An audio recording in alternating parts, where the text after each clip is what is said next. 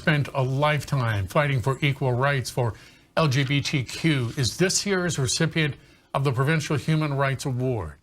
As NTV's Danielle Barron reports tonight, Susan Rose pushed for and helped develop lesbian and gay curriculum for the school system. I'm glad to say that the recipient of the award this year is Susan Rose.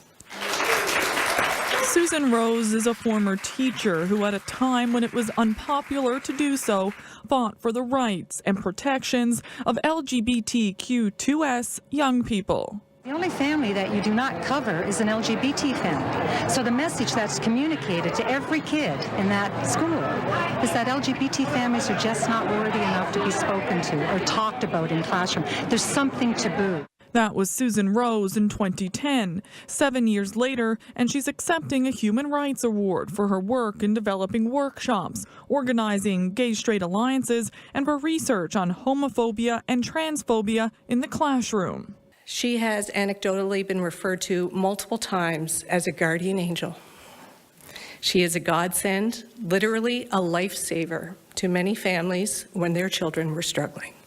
Susan Rose dedicated her award to the lesbian and gay, transgender, queer, and two-spirited community of Newfoundland and Labrador, saying it showed at the very highest level that all members of the community have a voice and are supported.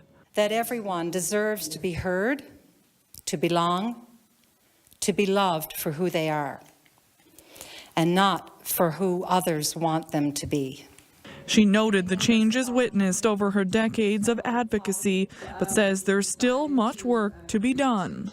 This is, for me, a beginning of a movement that we are going to make sure that everyone is thought about and considered and valued in our society. And this is the beginning, right, through education.